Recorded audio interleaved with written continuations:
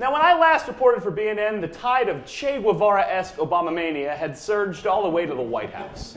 Now, a month later, our Obama-Biden t-shirts are just starting to fade, and our commemorative plate collections gather tiny flecks of our DNA. With an incredibly lame duck in the White House, and our economy having officially been labeled a fucking mess, some have already begun to question when the promised change is coming. Barack Obama, officially unable to do anything until he takes the oath of office on January 21st, is looking to instill some long overdue confidence by letting slip the people he will appoint to his cabinet. Let's take a quick look at some of the choices that have already been intentionally leaked and some possibilities for the remaining positions. In a my girlfriend has a penis level shocker, welcome Hillary Clinton as your Secretary of State. Putting aside a bitter primary season, Obama makes a huge reach to unite a party that hasn't gotten along since they all agreed to hate Hitler. I think it's more devious, for as Sun Tzu advised, keep your friends close and your enemies in some godforsaken third world piss hole. Joining the ranks of failed presidential hopefuls given pity jobs is Bill Richardson, Obama's Secretary of Commerce. Now, back when states still fought mafia-style wars with each other, this post was a big deal. Now, Richardson is just a Hispanic Pokemon, and Obama's got to catch them all.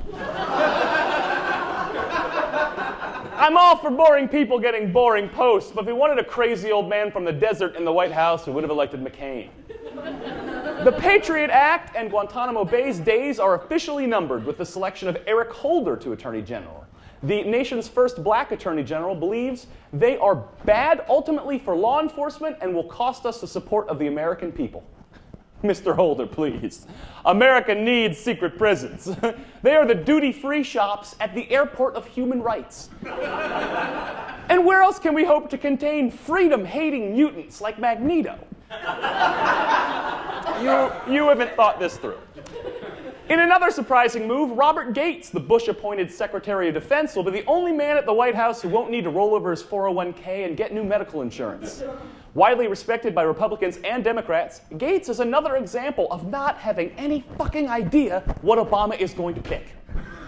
CIA director is still up for grabs. Don't look for Mum Ra, the ever-living, to continue on in any new administration.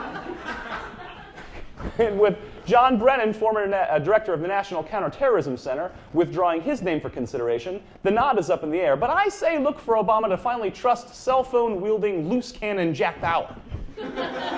Come on. You tell Jack Bauer no.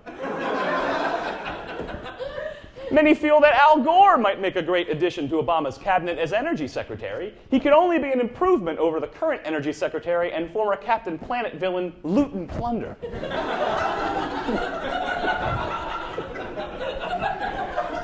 That's one sexy jacket. Also up for grabs is Education Secretary, an extremely important post considering the current state of public education in this country. Former Bush Education Secretary Jesus has announced his retirement from the field of politics for a while. So Obama may appoint someone new, like Kansas Governor Kathleen Sebelius, or quite possibly former Hogwarts headmaster Albus Dumbledore. The point is, no matter what the cast of characters around him, Barack Obama has quite a task in front of him. 2 major wars and the trouble with the global economy spell a lot of difficulty ahead. And there is no cabinet so perfect that it's going to fix our nation's problems. This will be a process, and as Barack was careful to warn in his acceptance speech, it will mean sacrifices for everyone. So buckle up, watch your spending this holiday season, and expect the job and housing markets to be normal by about March. I didn't say March 2009, but it'll probably be normal in a March later on. Thank you, Bobby Smithney. Thank you very much.